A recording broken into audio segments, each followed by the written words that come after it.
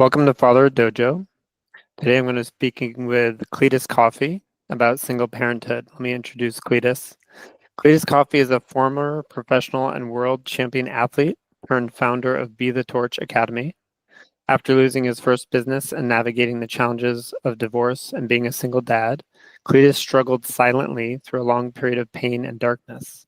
Through an unwavering devotion to self-mastery, he unlocked a path to greater personal power, purpose, and passion, which included helping men, specifically single fathers and entrepreneurs, to master their lives and businesses. So combining self-mastery with business and personal development, Cletus helps single dads who own a business master their true authentic self so they can finally become a man capable of experiencing happiness, fulfillment, and freedom in their business and life. Hey, Cletus, welcome to the podcast. Matt, it's an honor to be welcomed into the dojo, my man. Good to be here.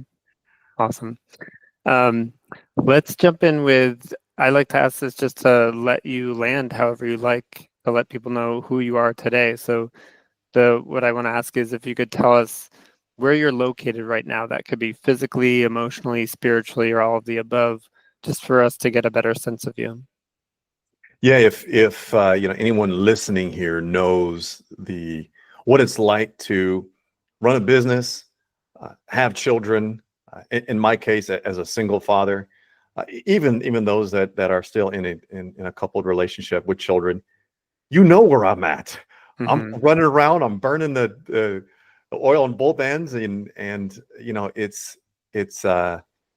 it's an experience that I would not change for any other, because each day is an incredible learning experience. And I'm fortunate at the moment to be doing it from Seattle, Washington. Nice. Cool. So tell us a little more, what's important for listeners to know about you as it relates to becoming a single father? Well, so it really, man, it goes back to my growing up in my childhood, which I feel obviously defines a lot of us into our adulthood. But for me, it came from the athletic space. So that as an athlete, I was taught very early on that I am here to compete. I'm here to win and achieve and accomplish on the field.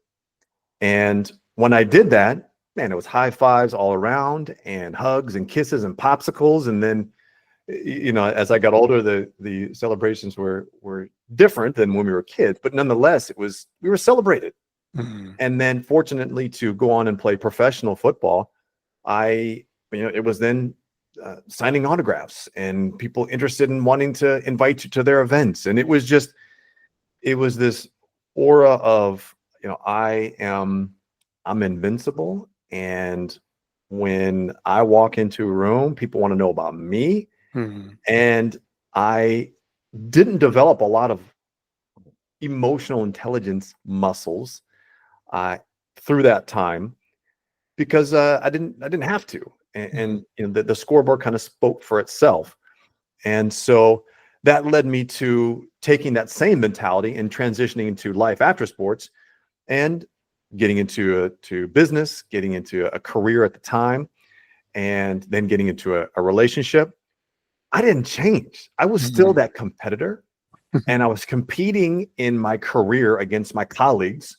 Just for athletes, basically, oftentimes we're just given two routes: go into coaching, because your sport, you might as well be a coach, or go into sales because you're an athlete and you know how to compete, you know how to set goals, you know how to work as a team player. And so I did both.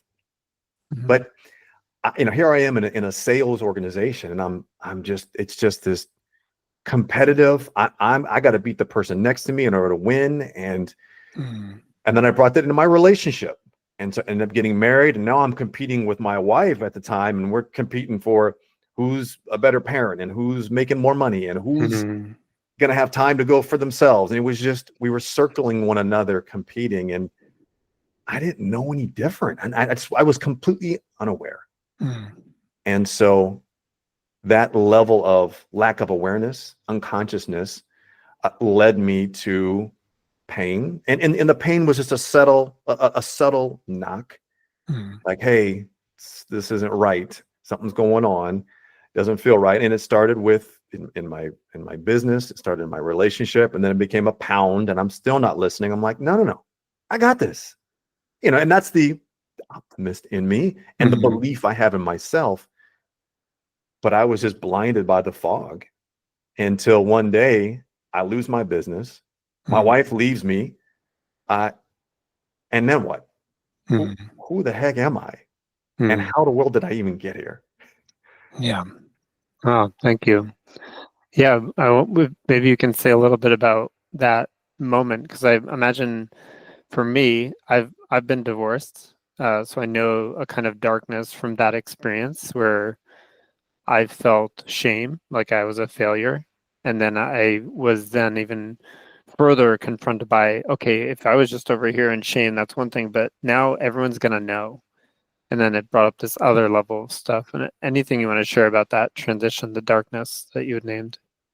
Yeah, so there's multiple levels to this that, for me, as an athlete, as a competitor, really, when I stepped on the field, I needed to be perfect. And I needed to perform. And the thing about sports is you got instant feedback, whether it's in practice or a game. If you perform well, you got instant applaud. If you didn't perform well, you got instant boos, or you got benched, or whatever, maybe you got yelled at by the coach. There was instant feedback. And then yet in life, we don't get that instant feedback. And so it kind of begins to, it fosters over time and begins to develop. And especially for someone like myself, who didn't know how to communicate what I was feeling. Yeah.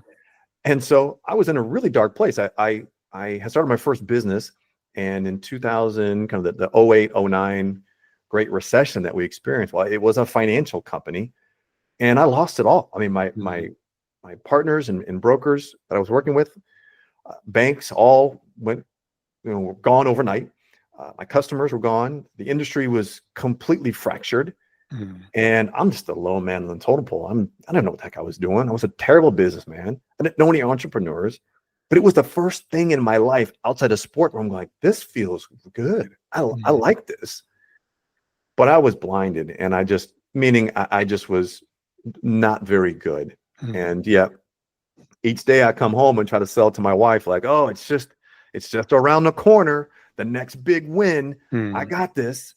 And she believed me, and rightfully so, because, she knew me and trusted me, but that weaned over time. And so I lose the business, and I there's no finance jobs available because that space had imploded. And so I'm trying to find a gig. I cannot get hired. And I'm just in this really, really frustrating space as she's getting increasingly frustrating. And I was afraid to say, I'm lost. I'm stuck. It was, I'll try to find a job tomorrow, or I got this lead. And it was just constantly feeding her fluff rather than saying, hey, this is what I'm lost. I need help. And so how that darkness went even deeper was because not only did we get disconnected, I'm broke. I'm broken. My relationship is broken. And it was the moment, Matt, that I had gone to Chicago, my cousin's wedding, all by myself. And I'm on my way back, and I'm at the airport, and I call my wife. I let her know I'm on my way. And she said 3 words that I had not heard in months. I love you. And it was like, oh, I'd been so void of that it, like, that's something is off there. Like that's not where we were at that point. And I come home, I get in late that night. I crawl into bed, and it's 2:00 in the morning, and I kind of wake up because I heard some noise, and my wife's not there. And I thought, oh, that's interesting. Like, what's going on? So I get up, I go down the hallway, and I'm kind of looking in the kids' room to see if she's in there, and I don't see her in there. And then I see it. I see the glow of a cell phone underneath the little bottom of a door of the bathroom. And right then and there, I knew it. Wow. Everything I had been feeling up until that moment, everything I had asked for as far as confirmation, is this what's going on? No, it's not. That was confirmed. Mhm. And a few hours later, I was able to discover that she had been in a relationship with Mhm. somebody else. Yeah. And so we navigated that for about a year's time, trying to figure that out, and separation. And ultimately, she and we made the decision to part ways. Mhm. I and so as a broken man, then having my wife leave me for another man just added Mhm. another layer of, wow, I I am unworthy of anything in this lifetime, because I feel so embarrassed. I feel Mhm. so ashamed. I feel Mhm. guilty. And it was so dark, Yeah. that I didn't really know where to go from that point. Yeah. Thank you for sharing that. And I can see, there's so much told to men about what kind of standards we should be meeting in order to feel good about ourselves. Money, um, something about women, whether it's our current relationship or if we were single, like getting in, with all the ladies. And that your story touches me. I had goosebumps as I was hearing you Mm. speak to that moment of seeing the glow under the bathroom door. Um, yeah, I just want to acknowledge how dark that Yeah. must have felt, and I'm sure listeners, and I know for myself, I can understand some of that. Mhm. I've been hurt before in relationships where I've felt jealousy and it's been warranted, and it's I don't know why exactly. I mean, it seems like it's a combination of my ego and then what society says and all this stuff, but it hurts. It hurts, and I know that, as you mentioned, the moment that I still face this now and then, how open will I be with my wife about the part of me that feels uncertain or not confident, Mhm. or like maybe I don't have this. Is it okay to say that? So yeah, I just relate to a lot of your story. Thank you. Mhm. Yeah, no, appreciate it. Um, so let's talk a little bit about single fatherhood. In my prior relationship, we didn't have kids, so that didn't come up for me. But I know is as a single dad, life is different than when you have your partner there. Um, let's say as a single father who is also an entrepreneur, what do you find is distinct in your experience about that combination? Well, it's what makes being a single father unique. And obviously, I can speak from that perspective. A single parent alone, it's you're taking on a double duty. Yeah. And for me, I do have a mix. I have two boys, two older boys, and I have a younger daughter. Mhm. And so I'm and they're all at different stages of life. And so I'm showing up as dad in various different ways and forms. And it's not to say I'm showing up as mom, because that's not my role. And they all have their own mother, and so that's not my job. And yet I still have to do, I still have to brush the hair, and I still have to make the dinners, Mhm. and things that uh, at times when I have the children, I don't get a break. It's Mhm. not like, hey, I got a tag tonight. Can you grab dinners, and I'll do books in bed and those type of things. Like, I'm doing it all, helping with homework, reading books, helping with doing laundry, and making dinner, cleaning up, working on chores, and trying to get kids off my teenagers off phones. And I mean, it's just Mhm. there's a lot to navigate. And then, oh, by the way, what about me? Mhm. And for so long, that was an afterthought for myself. And I get it. I know that, well, I'm going to pour into my responsibilities. I own it. I'm responsible. And I have to navigate that. And then, you factor in, for me, I have 3 children from 2 different women. So I have 2 co-parents that I need to navigate and work with. And anyone who's been in a co-parent relationship know that, it's, they can be challenging and they can be wonderful. And it's if you have 2 individuals that are willing to work on it and collaborate and put egos aside and put past aside and just focus on the kids and what's in the best interest for them. And I'm fortunate right now to be in 2 great co-parenting relationships. It hasn't always been unicorns and rainbows, but it's having to navigate that element as well, especially in navigating finding a new relationship and having to be honest and say, hey, here's my scenario. Here's my life, and this is my truth. And if it works for you, not, it doesn't. So there's some differences in it, and most importantly, what I would say is, you think about it, how. So I'll talk from my perspective. When I was taught and raised, it was okay. You go to school, you go to high school, and you get your high school degree. You go into college, get a college degree, and you go find your career, and you find your mate, and you have the kids. You buy the house, and you do all the activities, and then they move out of the house, and then you head off in sunset into retirement. Just this linear path that we've created somehow in this life, and not only that, even my day was linear. I get up in the morning, and my body, if you're familiar with mind body, like the mind becomes in the body because it just operates on autopilot. I got up, brushed my teeth, took a shower, ate, I got breakfast, got the kids ready, got them off to school, got to the office, and then started my day.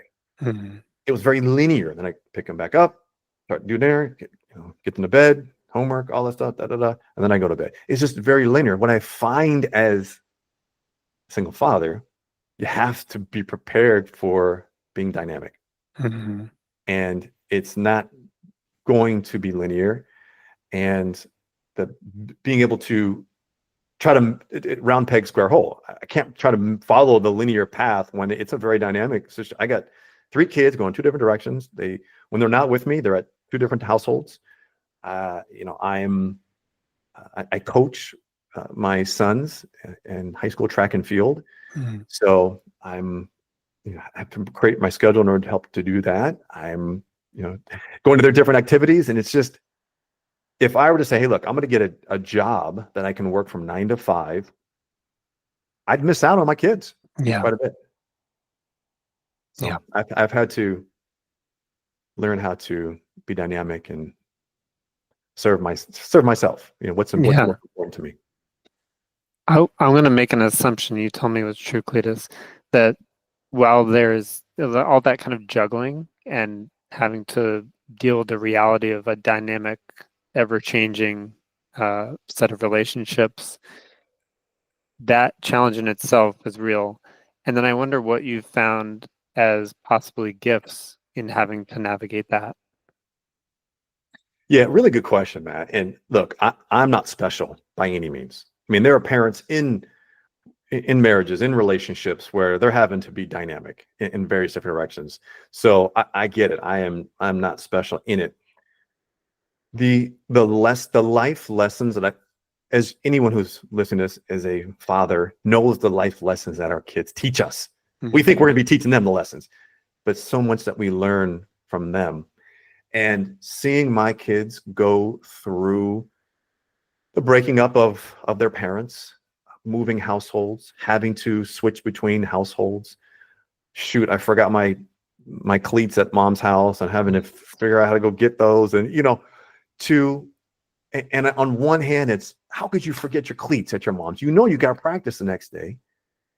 And having to take a step back and be very empathetic and say, it must be challenging to have to switch between 2 homes and week on, week off. You're in one bed and as soon as you get comfortable, you're up and into the next one. And I can imagine it would be challenging to forget stuff along the way. And so I've learned to have to be very empathetic to the situation. Things are challenging. For example, let's say there's my sons are a little bit older, and we're really working on responsibility and ownership and integrity, and something goes on. For example, one of my sons was just having some issues come up at school, and he's horsing around. He's being a 14-year-old and trying to get attention and doing those things that 14-year-olds do. And he comes home. It's a Friday, and I don't learn about it till maybe the weekend because I get an email from the teacher or whatever the situation may be. And then it's okay. We need to have a conversation around this. That's not the way we do things, and blah blah blah. We have a conversation, and then he leaves for a week to go with his mom. So there isn't a follow up to that, or how I can now hold him accountable for the next few days to ensure. Now I have to see him go, and then I have to be understanding. This goes back to the empathetic piece. To have him come back a week later and pick it right back up where, okay, let's get back to the consequences. It doesn't work that way. Yeah. And so I've really had to learn how to be empathetic, how to model for my children, and being able to in these moments that I have them, which you figure, dude, I'm forgetting how many weeks it was, but you only 52 weeks a year. I only get half of them. Half the year they're with me. So now the time I have is in half. And so what am I going to do? Am I going to make that a place where they don't want to come to? Because I'm, again, part of my job as a dad is to provide correction and support them. But am I going to create this toxic environment where they don't want to be at when I only have them half the year? And if we only get 18 summers, man, that means I got 9 of them, and time is limited, man. So I really have to learn how to be a dad and be a leader and be a model in these kind of shorter stints, but make them impactful and hope for the best, I guess. Yeah, it's cool. And in that, Cletus, I'm hearing like sort of gifts like being able to appreciate the time you do have with your kids, which is different than if you just had them all the time. And then also the gift of deepening your practice of empathy, which maybe 10, 20 years ago, I don't know for you, but maybe 20 years ago for me, especially, I would be like, why is that important? Like, but why is it important for you? I didn't grow up with my father. I grew up in a single mother household, and my dad, when I was 12, he went into rehab as a lifelong alcoholic, struggling with alcohol. I don't have very many memories of my dad as a young person prior to being a teenager. He was not the abusive type. He was the partier, and he loved to go on benders, and we wouldn't see him for a while. And he struggled quite a bit. I am so grateful to say he's 38 years sober now. Wow. And it's incredible. His journey is incredible. However, during those formidable years, he wasn't around. Yeah. And at the time, I was so busy with sport, and I had male figures as coaches. I don't remember during my times going, I wish my dad was here. I don't have a dad. And that I was just so accustomed to him not being there that it didn't really click for me until I had children. Yeah. And I realized I am not going to give them the same experience I did.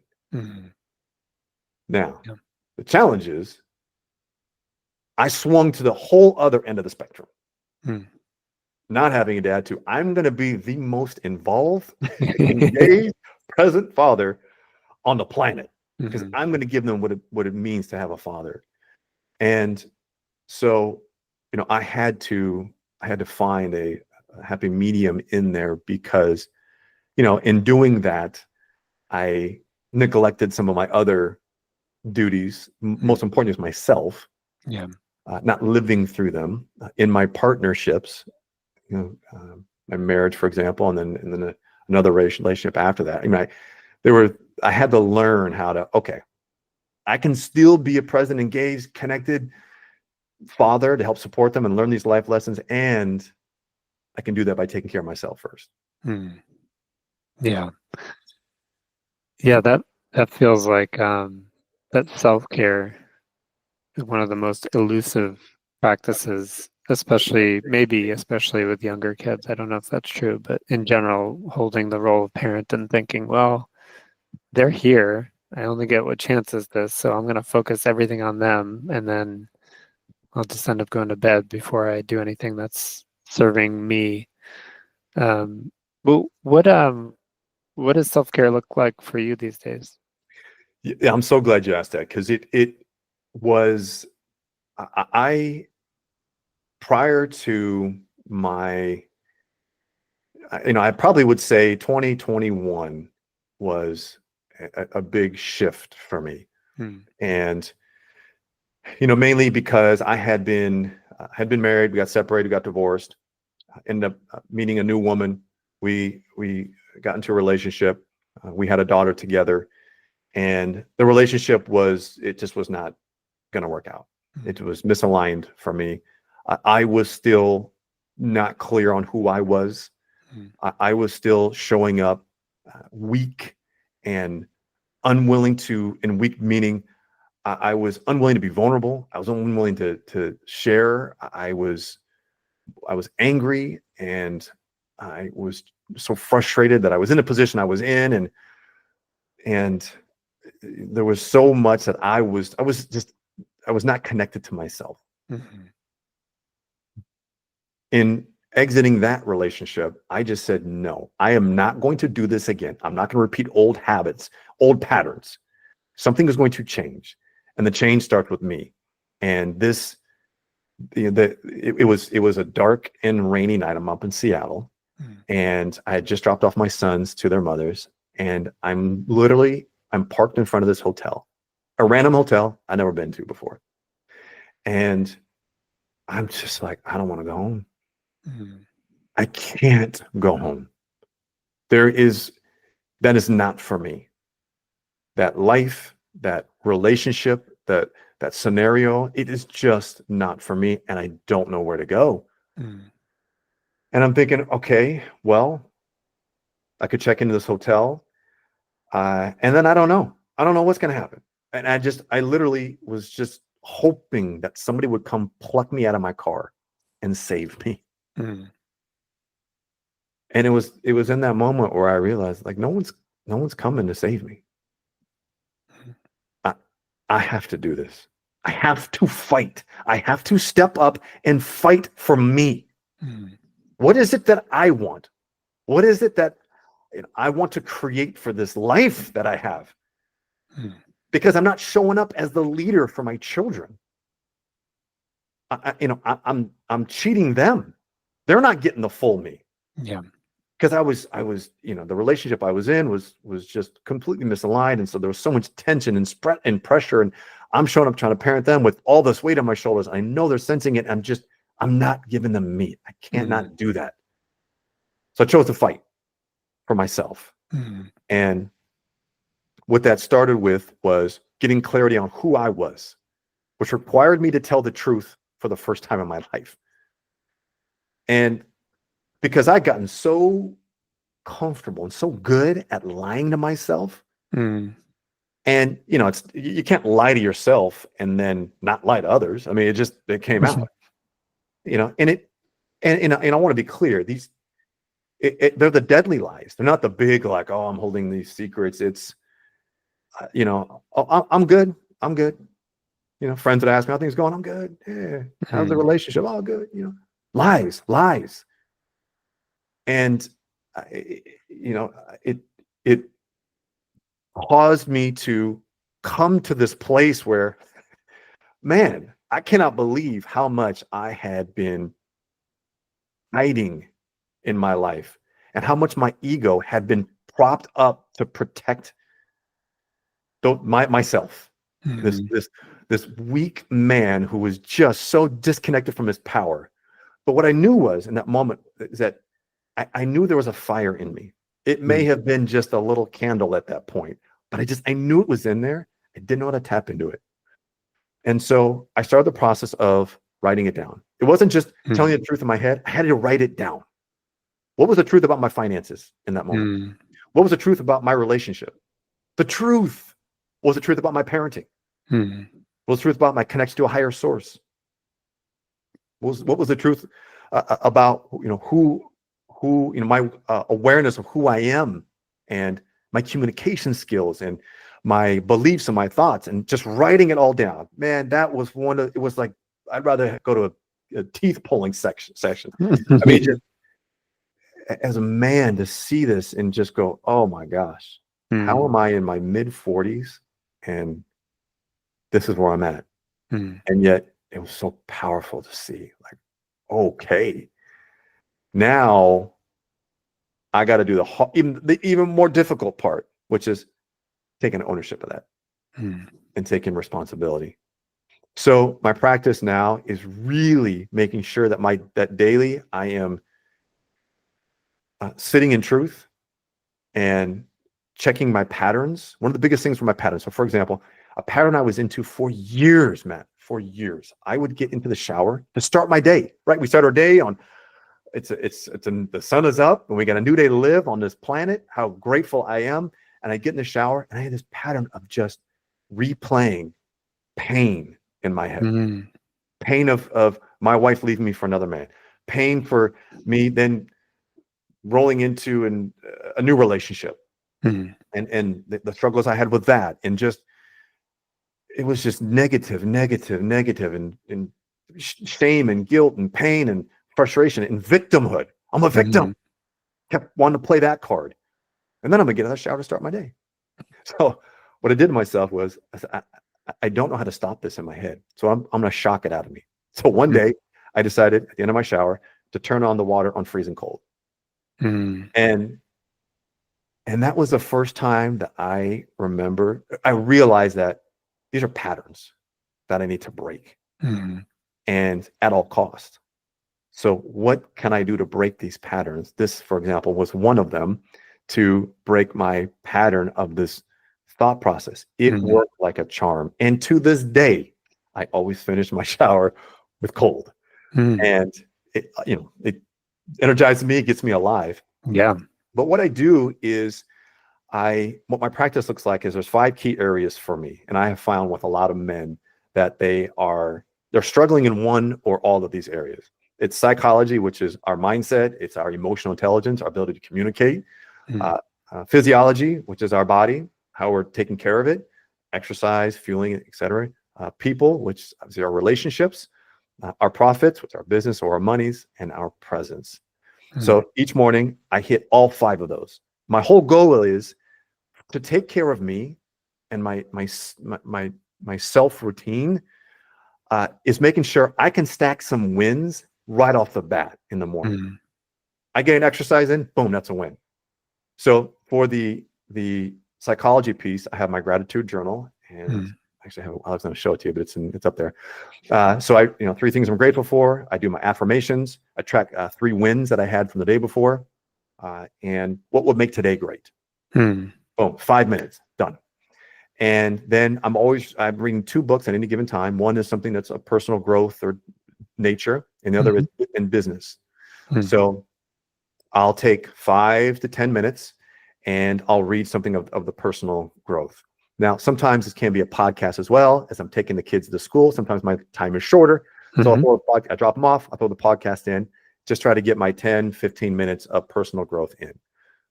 The physiology, I'll do some exercise. I'm currently training. The Masters Track and Field World Championships are in March of 2025. First time being hosted in the U.S. on U.S. soil. So I'm preparing for those. So I have a fairly regimented training schedule for that. But what I'll say is, for anybody listening, look, getting exercise before you kick off your day is paramount, especially men. Testosterone's at its highest level. We get those endorphins kicking, air in our lungs. And then, Matt, our body goes with this to every meeting, phone call, every date night. Like, we got to get our body feeling right, looking good, feeling good. that's a win. Then I fuel myself with a healthy meal. The people, I do two things in the people segment is I will send a message to my girlfriend and it's like, hey, I'm thinking about you. How you doing? Good morning. Just a little sentiment of love or those type of things. And then I also reach out to one or only two of my kids have phones at this point. They're teenagers. One's in college now and one's in high school. I'll send them a quick note. Hey guys, sometimes I'll loop them together. Just thinking about you guys. Love you. Maybe a little thought of the day on being a man or leadership or something like that. Then with profits is I will dive into either a podcast or a book that's business related. I got to keep growing and getting better as a businessman. My marketing, my sales, my operations, growing it. And how can I continue to create, but without having to hustle for it? Meaning, exchanging those time for dollars. I'm creating a business. So I'm constantly learning and growing around that. So I will do that as well as balancing my calendar, ensuring that my day, everything that I'm trying to get done for me is in the calendar. The business is easy, calls and all that easy gets set up. I got to make sure my calendar is balanced. So I'm in there, my kids are in there. And then the last one, the presence part. This is my opportunity to meditate, which my meditation practice has really, really taken off. And I'm just putting the reps in, and it varies, Matt, from, some days I'll do a 6-minute breath work routine to other times I've got a little bit more time and I can do a 30-minute, 40-minute meditation. And then I always accompany my meditation with a journal. And the reason why I have the journal there is not only for if I want to journal about things that are coming up for me, but what I like is in the meditation. That's our time to get a download. And that's when a higher power, source, our future self is sending us a download.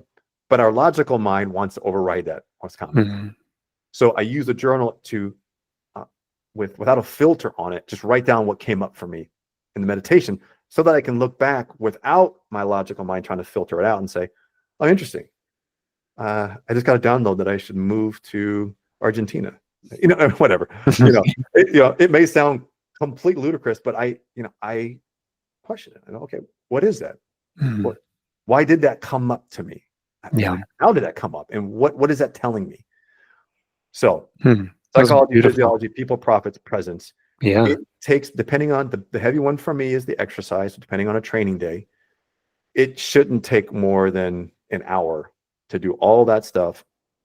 Sometimes I just do a stretch in the morning or a core workout in my living room. Get my foam roller and I'll just roll out 10 minutes, 12 minutes, and I'm done. But so myself, routine is a routine in self-mastery. I want to master myself in the morning. Now I get to kick off my day and step into it fully, feeling good with a lot of wins in my sales. Yeah, that's awesome. So is this the practice you engage in whether or not your kids are in the home with you? Like every day. So do you wake up earlier than them? And how does that look?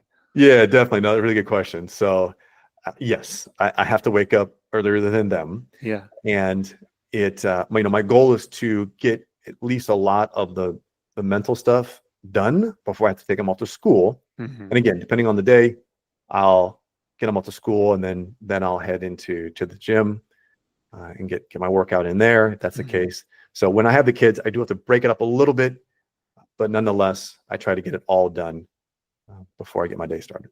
Yeah. What, let's say I know a person, it's me, that has a hard time with morning routines. So what do you think is a nice adjustment to make when there are young kids around to make time for oneself for a person that their identity, again, me, is that I'm not a morning person. Like I've lived with that identity my whole life. Yeah, no, I totally get that. And what I would say is, you're familiar with the concept of habit stacking? And remind me, I've heard the word. Yeah. So for example, so let's say you're like, okay, look, I want to get up before the kids and I want to spend some time on me. Yeah. And so for someone who's not a morning person, to day one, to get out of bed, okay, I'm up 45 minutes earlier and I'm going to hit all these things before I start the day. could, you may hit it day one, and then you're probably done day two. Yeah. So what you really want to be conscious of is stacking habits. So like day one, you set the alarm for 45 minutes early, and you just wake up, and then maybe go back to bed. Oh, okay. Day two, you wake up and you stay up. Maybe you just, cruise around the house, or you're just doing whatever. Yeah. But now you're up. Okay. And then you do that for a couple days. Now Yeah. you're up. Now you're in the habit of just getting up. All right. Now that you're up, now let's start to apply some of the things that you want to do for yourself. Now I'm going to meditate. Maybe sit for 5 minutes. Yeah. And then I'm going to do a little practice of gratitude. So it's just, and you're just stacking those habits on top of each other until it's like, I'm up and I'm rolling. I got my day going. I don't even think about it. Yeah. Nice. That's helpful. Thank you. Yeah, definitely. We've talked about a lot, but I was thinking of the word pride, or being proud of oneself in the context of fatherhood. And I wonder if you could share a little bit about like things that currently for you feel like, I'm not so proud of these things as a dad, but I'm also really proud of these things in my current like practice as a father. Yeah. So get this. I have a bad relationship with the word proud. Oh, tell me. And pride. Yeah. So consider this. It's a very common, just a knee-jerk response for others, especially parents. I'm so proud of you, son. Yeah. And then we would go to practice. You know what our coaches would tell us? Check your pride at the door. I'm confused. My mother's really proud of me. I got to leave my pride outside the door. So what I learned is that generally being proud or pride is usually attached to an outcome. And so, and I'll any parents listening to this, I would challenge you. The next time you hear yourself say how proud you are of your child, it's usually attached to something that they did that is outcome related. They got a good grade on their test. They did well in their soccer game. They were very polite and holding the door for a woman. I'm very proud because you did an action. Very little do parents come up and go, hey, I'm so proud of just who you are as a human being. Yeah. Not your outcomes. So I wanted to share that in segue into your question. Yeah. I am being proud necessarily isn't the way I would explain it, but how would you say it? I want to hear your language. So what I think for men in particular, we have been sold a bag of goods that we can't hang on to, and it's this: you are here to achieve and accomplish in this lifetime, and when you do, we're proud of you, and when you don't, well, you need to step up your game. Yeah. What's wrong with you? You're not good enough. And for anyone who has little athletes at home, I would strongly suggest when your child comes home from a game or a match or a race, and if you didn't attend it, generally when they walk in the door, I'll ask you, man, you don't attend one of your child's activities. Let's say it's a sporting activity. They walk in the door. What's the first thing you say to them? Yeah, like, did you win, or how'd the game go? Yeah. How'd you do? Did you win? You go straight to the outcome. The kids can't control the outcome. They can control themselves, their attitude, their effort, and their response, but they can't control the outcome. And so we as men have been brought up in you need to score on the scoreboard of life. And if you don't, then you're not a man. Yeah. You're not taking care of your responsibilities. You're not a good father. And for a lot of us, me included, during the times where I was broke and broken and just not stepping up and really being able to communicate to my spouse, it's not that I was a bad guy. I was just lost and unskilled. And so that frustrated me because I'm going, I know who I am. I know I'm a good guy. How come I'm getting this response? Well, she was mirroring back to me my shame and my insecurity and my guilt. So, for me, the outcomes will be what they are. And what I most value is the fact that I am relentless in going all in, for better or for worse. I'm all in. We're going to go and build this business. I am all in on parenting. And most importantly, as I've developed over time, I'm all in and making myself primarily the greatest man that I can possibly be, to reach my highest potential. Yeah. And you know what? There's a ton of setbacks in doing that, because that linear path is just like, bless her heart, my mother over times, my mother who's had a very, very successful career. That's like, can you just go get a job? Can you just? I'm going, yeah, I could, and I'm creating my lifestyle by design. And the old me said, I'm just going to go make a bunch of money, and that'll take care of my broken relationship. That'll take care of the fact that I don't have time to exercise anymore, because I'll just hire a trainer then. I'm going to make a bunch of money, because then I'll have time off to go spend time with my kids. And that was such a, flipped view of the world. And yet so many men live in that realm. Yeah. And so I flipped and said, okay, I'm going to create the life that I want to have, that aligns with me. And then I'm going to figure out how to add my business into that. And so I think that awareness and that process has been something I am blessed to have been able to explore and become aware of. And I love the challenge of being able to do that. Nice. Yeah, I hear it's like there's practices. We can control the practices. We can't control the results, because there's too much going on. The environment controls things. The other people control things about their own behavior. But what an interesting lens to think that that's generally how men get told, this is how you are going to be. You're going to control all the outcomes. Right. Yeah.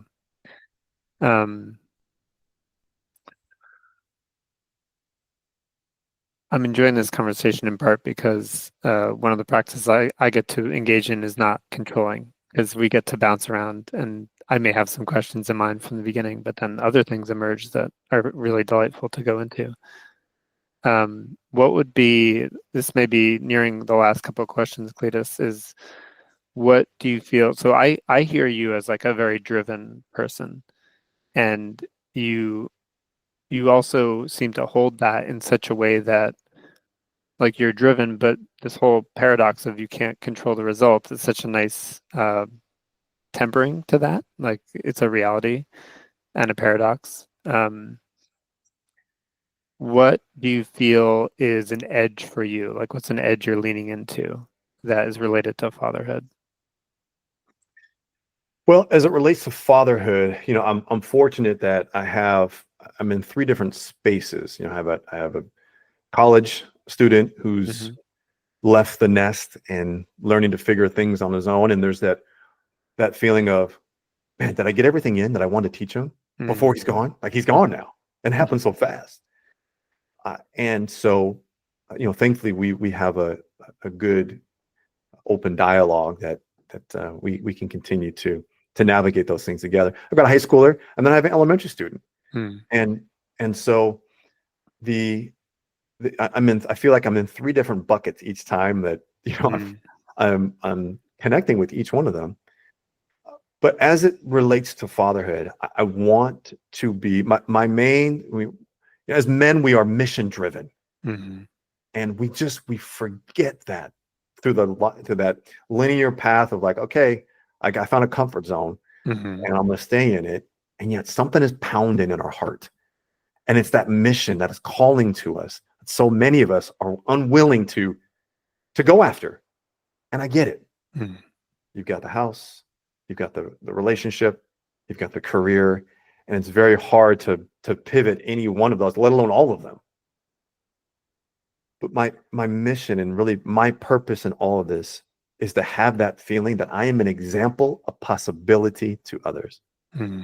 And so I ask myself with my kids, am I being an example of possibility in this moment, in this time where I'm at?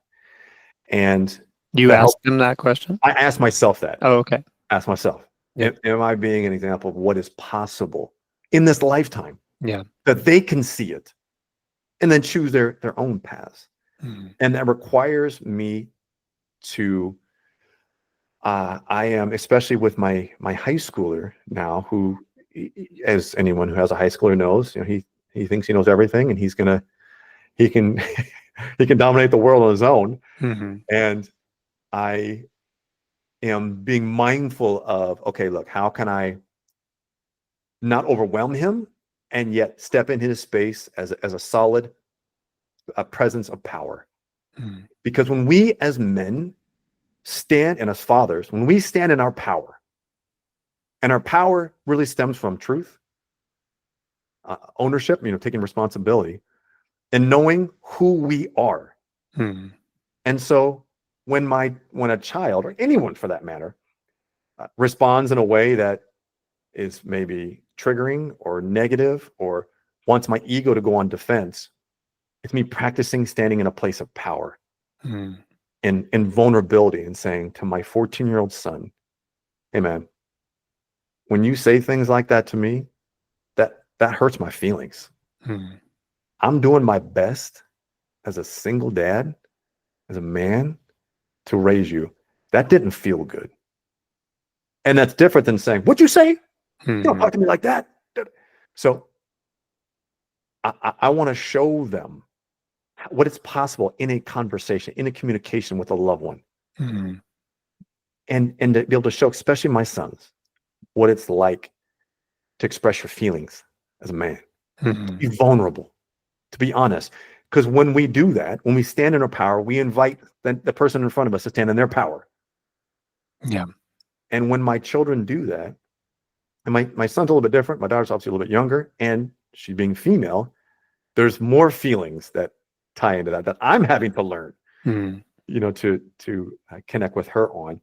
But when we stand in our power, it invites the person in front of us to stand in their power. And when we do, my gosh, we can create, we can innovate, we can collaborate in such powerful ways, versus being triggered by that person in front of you. Because most often, if we're triggered, it's because they're reflecting back to us our own shame and insecurity and unwillingness to stand in our power. And yeah. so that's my edge right now, man, is to stand in my power and be able to show them as an example of what is possible. Yeah. Nice. I love that. You reminded me of there's a saying. It's something like, you may have pushed my buttons, but you didn't install them. Yeah, I love it. And I hear I really like that example of like just telling your son, like, hey, it didn't feel good what you said to me. What a beautiful, beautiful way to communicate honestly and also powerfully I without love it. dominating. Yeah, my daughter's mother overheard her at the bus stop just over the last couple weeks saying something to someone else, one of the other kids. And my daughter said to the other student at the bus stop, she says, well, what you say about me is a reflection of you. So you're actually talking about yourself, not me. And she called me and said, did you teach her this? Yeah, that's amazing. She totally tried it on, because she'd been coming home saying, oh, they're being mean to me. They're bullying me. They're calling me this, that, and that. I'm like, hey, what someone says about you is a reflection of them. Yeah. So they're actually talking about themselves. And she tried it on. It was really cool. Oh, awesome. Oh, that sounds like a place of power for her when she was using that language. Yeah. That's so sweet to hear. Let me see. I think we're nearing a wrap up. Do you have a couple more minutes before you need to go? Yeah. Okay. What do you want other fathers to know about single fathers? Well, I tell you, I would like them to know that single fathers are alone. And men in general isolate. Single fathers are even more isolated. And there's a lot of, men can't do what women do, and so they're handicapped. And we're not. We will never be mothers. And I don't want to try to be my child's mother. I want to be me. And I'm capable. Not of everything. And that's on me to be open and honest with what I'm capable of, what I'm not capable of with my kids and with their mothers, so that we can collaborate and they're clear. We're clear on that. But it's a lonely space. So much so that this was when I first started on this journey of really connecting with high performers, entrepreneurs who just so happen to be single fathers. Mm-hmm. What stemmed that niching out into that was I was looking around. Probably my 5 closest friends are all divorced, single fathers, entrepreneur type or executives. And you know what? We don't talk to each other about it. Mm-hmm. We talk about business. How's business going? What are you doing next? How about the ball game? What about the weather? All the superfluous high level stuff that men get caught up in. Mm-hmm. And we never talk about, hey man, you doing okay? Mm-hmm. How are you cooking dinners? How are you managing getting one to bed when you got, for example, I've got a younger child who goes to bed earlier and I got 2 teenagers stay up late, and there's just this, she wants to stay up late and they want to be loud. And it's like, how are you doing it, man? Mm-hmm. How are you doing it being an Uber constantly? Mm-hmm. We didn't talk about that. Yeah. And that frustrated me. So, I want others to know that, single fathers are isolating. Mm-hmm. And this feeling that, okay, I can do it on my own. I'll do it all on my own. I don't need their mother to help me. And it's not the case. Man, Yeah. they need support. They need a brotherhood Mm-hmm. to engage with and connect with, especially for example, on week on, week off, on day 4 or 5, when it's been 5 straight days of just, the kids and work and all the stress and stuff that comes up with that. And I'm like, Yeah. whew, okay, I'm at this limit here. I could really use a timeout, but I don't have anybody. Mm-hmm. So, single fathers are isolating, and we need to get them out. We can connect with them. We got to check in with them, man. What do you need? Where can you get support? Let's get the kids going to hike together. Let's go, let's engage. Because that's the other thing about single fathers. I know for me, I'm not the best at like, okay, what activities are going on with the kids? Mm-hmm. Or we can go out and do things. So, I know what their school stuff are, but it's like, I don't know, is there an event going on this weekend? Like, I got to get them out of the house. It's raining. What the heck do I do? So for me, nature's been my go-to. Yeah. I'm just like, I know I can do that. Let's get out in nature. And as you all probably know, like it's nature does a lot for us. Mm-hmm. So, yeah. Me too. A great reset. Maybe a nuance of that last question, and you may have spoken to this a little bit already, but if I ask the question, what do you want single mothers or mothers to know about single fathers? Yeah, so I think there's a couple things that, and actually I can play off. Like there's another thing I'll touch upon, but first, the single mothers. Well, here's the thing, and single mothers, they do a lot, and the population of single fathers is growing. Mm-hmm. And like, I'm not the researcher. I don't know if that's due to divorce rates or due to single fathers, men actually stepping up more than when they used to, to take on those roles. And yet there's this assumption that men just want to go. Excuse me. It's a fair assumption, because men portray it. I'm in business. I got to work. That's most important. And so when it comes to residential schedules and the caring for the children, oftentimes, and even in the courts, the favor goes towards the mother, because the fathers are generally busy and they got stuff going on and they don't really as attentive. There are some of us that are, and that want to be. I love being a father. And the thought of having to go through some sort of custody battle and with their mother, when in fact I just want to help raise my children. There are single fathers out there that are good men, and regardless of how they showed up in the relationship, they are great fathers, and they deserve the opportunity to be able to care for their children and father them. And at the end of the day, the children need them. They need their fathers. Yeah. So, and one side thing I'll say on that, which is the unique thing about being a single father, is getting back into the dating world. Mm-hmm. And so here's what women can know about single fathers is they're isolated, they're having challenges with being vulnerable, Mm-hmm. and the I'm so fortunate to have met someone in my life that has just been such an angel and such a blessing. Call her my soulmate. Mm-hmm. We got together and connected, and one of the first things, because I was feeling very insecure. I have two baby mamas. I have Mm-hmm. two co-parents that I work with. I have three children. And one of the first things I said to her was, "Hey, just so you know, like, I have some baggage that I'm bringing to this." And she said something that I'll never ever forget. She says, "They're not baggage. They're assets." Mm-hmm. And it was like, okay, Oh. that's different than anyone else I've ever talked to. Uh, because it's looked at as like they're like we are, have some sort of scarlet letter, like, oh, Mm-hmm. he's got kids, he's gone through a divorce, he Yeah. must be a hot mess. And I'm sure there are guys that are.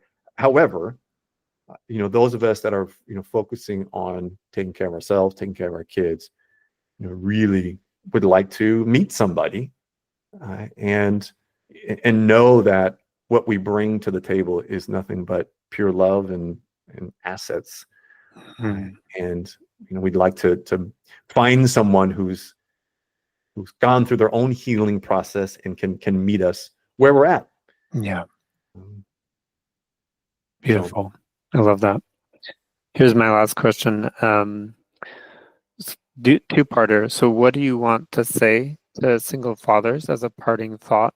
And what would you like fathers and maybe fathers who are single fathers and business owners to know about what you're offering in the world today? yeah, so men, single fathers, you're not alone. And it may feel like you're alone, but you're not. And it's time to rise up. And the lies, the victimhood that many single fathers are subscribing to. There is so much good to be had out there if we can go inward and learn how to master ourselves Mhm. first. The whole put your mask on before you put on someone else. Like, we got to take care of us to be because I know you want to lead your children, you want to lead in your business, but we're not showing up as leaders because we're not ourselves. We are not our true, authentic self. And so we show up as someone who we think our children want us to be, or we think society thinks I should be as a father. Mhm. You need to do you, your true, authentic you. And so that's not easy, man. That takes effort. Mhm. It really takes going in on you and being vulnerable, being honest with yourself. And then you're gonna be vulnerable and honest with other people. And then guess what? Now you're in that power, and that's how we become unstoppable. Men who are out there that want to be unstoppable, that want to be Mhm. unbreakable. That's who I like to work with. And so, thank you for the opportunity to share. I've started a whole business around this and Mhm. working with men, generally entrepreneurial in nature, or executives that run companies, and single fathers. Because I get you, I can resonate with what you're going through. And look, I've read the personal development books. I went to the seminars and the courses and watched the videos, and it's all great stuff, but very little information. When I was divorced, a single father, there is very little information out there for men, Mhm. let alone a playbook on how the heck do I recover from what I just went through, and how do I ensure that I can reach my highest potential Mhm. in my life, knowing that I've got to do something differently. So I started Be the Torch Academy, which essentially is doing exactly that. We go in those 5 core areas: psychology, physiology, people, profits, presence, 5 main areas that men need to grow in all at the same time. Mhm. Because what men normally have done is, imagine a rubber band. If I stretch a rubber band, and for men, it's, I'm going to grow my business. I'm going to go make Mhm. money. and I'm going to go, go, go, go. The problem is that rubber band is either going to break or it's going to snap back. Why? Because all the other areas of your life are anchors. They're anchoring us down, because if you're showing up to the office having just got out of a screaming match with your partner or yelling at your kids, now you're expected to go to the office and you're going to be locked in and present and able to grow your company. It doesn't work that way. At the same time, if you are stressed and overwhelmed and lacking the freedom in your business to actually take care of you, you're going to show up a fraction of who you are in your relationship. It's all connected. So at Be the Torch Academies, we focus on growing all 5 at the same time. For those you can't see on the podcast, but I have all 5 of my fingers expanding and growing at the same time, so that we recognize we don't live in silos. We have to improve. You want to improve your business, improve your relationship. You want to improve your health, take care of your duties as a father. You want to, it's all interconnected. So the Be the Torch Academy is a virtual and in-person program where we bring single fathers through. We do 90-day cycles, 90-day cohorts that come through. It's highly accountable, very much community oriented. It's not just me holding the men accountable, it's them holding each other accountable. It is a brotherhood of men who are saying, we want to lead in this lifetime. And we want to do so from a place of power and self-mastery, to be the best men, best fathers, best partners, owners of businesses, or friends that we absolutely can be.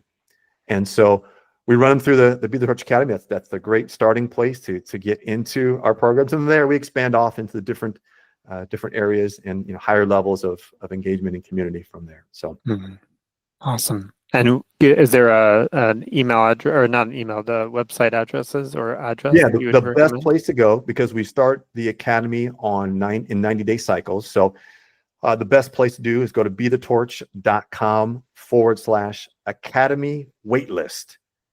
bethetorch.com/academy waitlist. That way you can jump in the waitlist in case we're in session, so that you're the first to be notified when the doors open, and then you can jump in and grab one of those seats. Nice. Awesome.